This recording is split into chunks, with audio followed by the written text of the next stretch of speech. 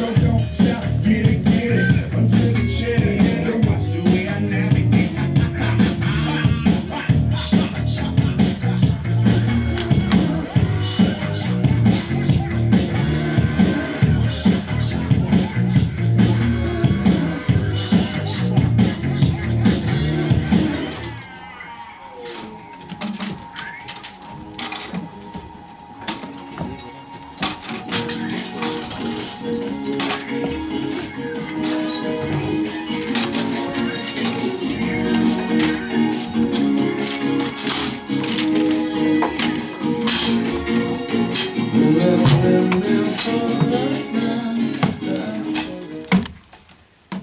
Quel temps de frisses et de flash! Les cloches sonnent sous la bourrasque.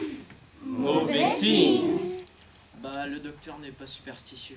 Il ne croit en rien, pas même dans la science. Quel temps, mais aussi quel chemin. Pas d'autre lumière que la lanterne du chien vacillant.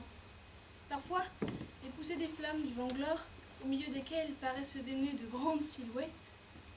En fait, on ne sait pas vraiment ce qui se passe au milieu de ces cratères insondables.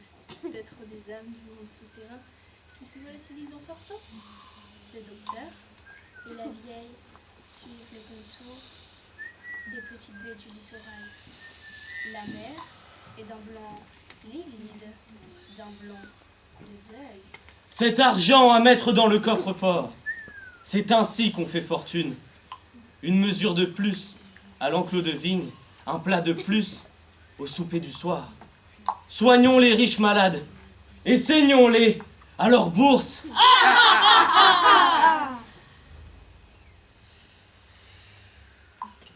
En cet endroit, la vieille s'arrête et montre de son doigt tremblant une lumière rougeâtre. C'est la maison du Fort Cartif. Fort Cartif.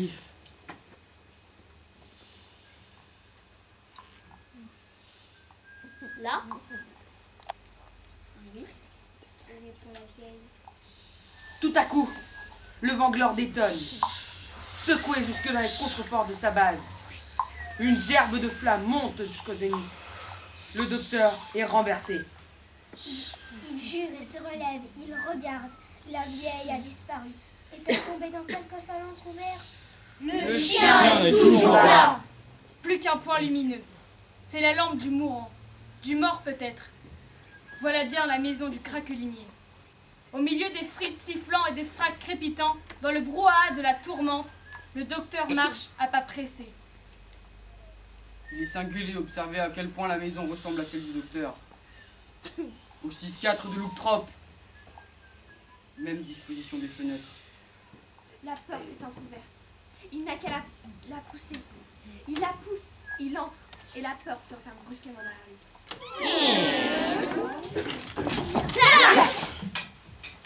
C'est étrange. On croirait que le docteur est revenu dans sa propre maison. Il ne s'est pas égaré, il n'a point fait de détour, et pourtant, même couloir, même escalier en bois mouton, il montre, il arrive au palier. Est-ce une hallucination?